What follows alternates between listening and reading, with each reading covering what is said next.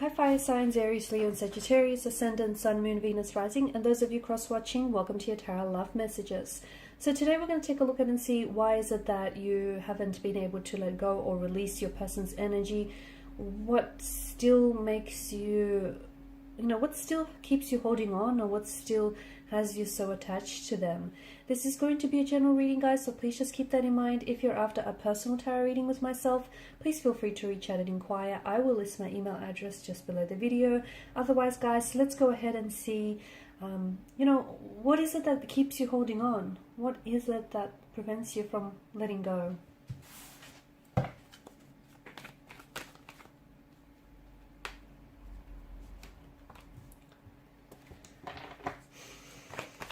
Hope is the key word that comes up here with the Five of Pentacles. You're still hopeful.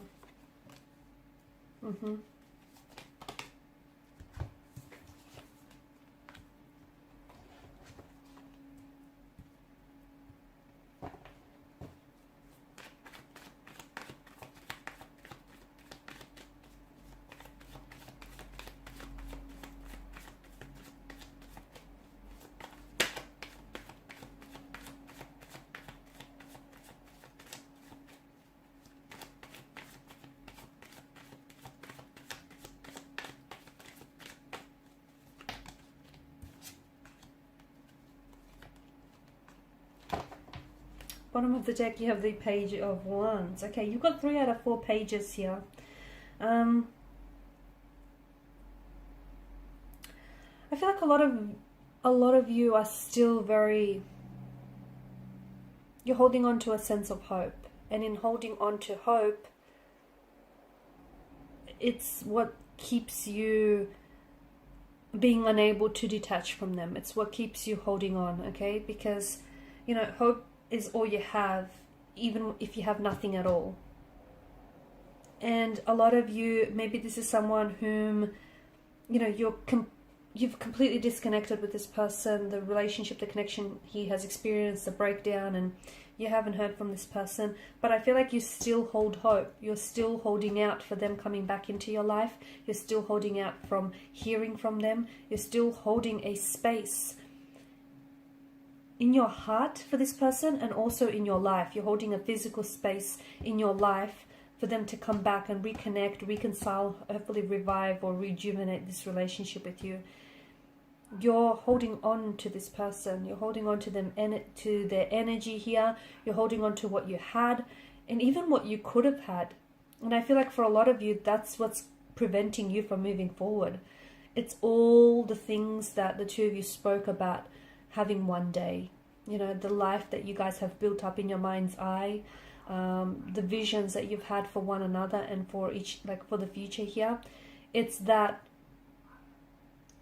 and there may have been visions, but there are also illusions. So you're holding on to the illusion of what could have been, and that's what's keeping you from moving forward. And look, for some of you, there may still be hope. And it's hard, it's going to be a little bit hard to move on from something when there is still hope in the situation, right? And I feel like for a lot of you, that's the very thing that keeps you holding on. Because you're hopeful that one day you guys will reconnect, that everything will just work itself out and it'll fall back into its place, even though the circumstances may look very doom and gloom, but you're still hopeful that everything is going to work itself out. You're also romanticizing this person or the situation. And when you put someone up on a pedestal, you instantly create a separation between yourself and this energy, okay? So a part of you is romanticizing, like you're looking at the situation and you're seeing what you want to see rather than what's really there. And maybe that works hand in hand with you holding out hope. Like, are you really being hopeful, or is that just you holding on to the illusion of what could have been? Is there really hope, or is just that you're holding on to the expectations and the illusions of what could have been between the two of you? So do be careful. Make sure that you're being honest with yourself, okay? And the hardest person to be honest with is yourselves, but you deserve that. You deserve that and no less here. This may have also been a younger energy that you were dealing with. And I feel like for a lot of you, even if this person isn't younger than you, then what I mean is that I don't think they've had as much emotional experiences or as much I don't think they've had like long-term relationships here, or they may just not be ready. They might be at a different phase in their life where they feel like they still want to get out there. Maybe they want to do some exploring, some traveling. Maybe they want to study. Maybe they want to leave their options open here, and see if there's greener pasture elsewhere. It just feels like you're on very different stages, at different stages or phases of your lives here. And for some of you, maybe you're waiting for them. Is that what it is? Is this the hope that's coming into play here? You're waiting for them to get this all out of their system and to come home back to you. If you're doing that, be careful. You're walking on dangerous grounds here, because if you're going to wait for anyone or anything for that matter, set yourself a time frame, because how there's no guarantee. What is it that you're waiting for? Are you waiting for them to grow? Are you waiting for them to mature? Are you waiting for them to fall in love and get their heart broken so they could gain that experience? Are you waiting for them to come back and make a commitment? Did they make that commitment to you? Did they say that, they're going to do this, and once they've done this, they're going to come back and they're going to commit to you? So what is it that you're waiting for? Is it you're waiting for some illusions or some expectations to be fulfilled? And if so, are they realistic? So you might want to ask yourself a few questions here, okay? Because I feel like for a lot of you, with the High Priestess, you're holding on to this person, you are, and you haven't let this person go. I don't think you're ready.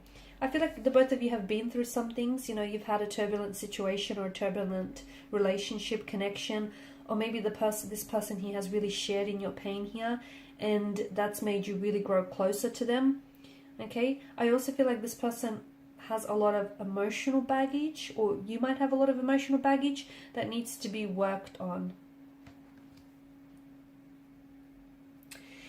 Some of you were robbed of the opportunity to get to know one another. You were robbed of the opportunity to explore the depths of this connection.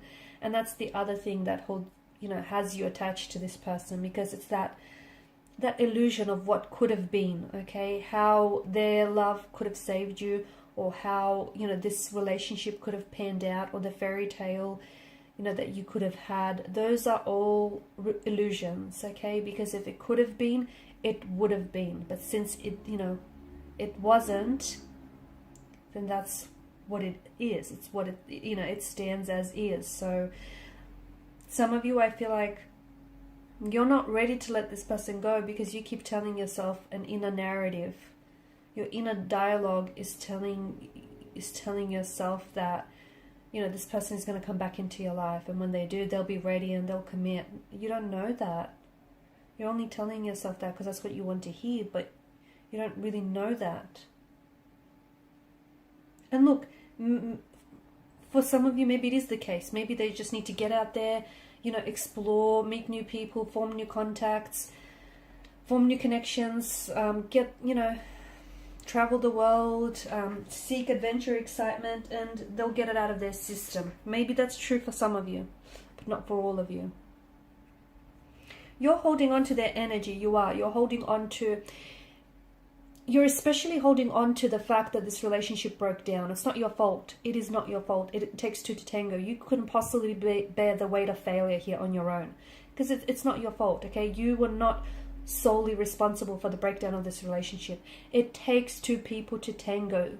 So it's great that you're assuming responsibility, but don't assume all of the responsibility, okay? Because you've played your role, but they've played theirs. So you have to forgive yourself. You have to hold them accountable, and you have to be honest with yourself here. You cannot possibly bear... This relationship didn't fail because of something you said or you did, or because of, you not being ready. That's not why it failed. You cannot bear that burden, that weight of failure on your own. It's not fair, and it's not... It takes two people here, okay? You still care, and you are very invested in this person, and it's hard for you to just detach when, there's still lingering emotions here. But I feel like what will help is stop... Okay, this might sound a bit blunt, but don't repeat this negative dialogue that you keep telling yourself. Stop that. Why it didn't work out, and how different things could have been, and all the things that you could have had, Again, if it could have been, guys, it would have been. I know it's painful to hear, but stop telling yourself that inner dialogue, because it's not your fault. And, you know, it doesn't fall upon you. And emotions need to be accompanied by mental activity, you know, by a mental narrative. And you keep telling yourself a mental narrative that then feeds your emotions. Once you let go of this mental narrative, you will then be able to release this person and these emotions. Alright guys, and these are your messages. Thank you, as always, for watching, listening. Please show your support by subscribing to the channel, by liking, sharing, or commenting. Bye for now.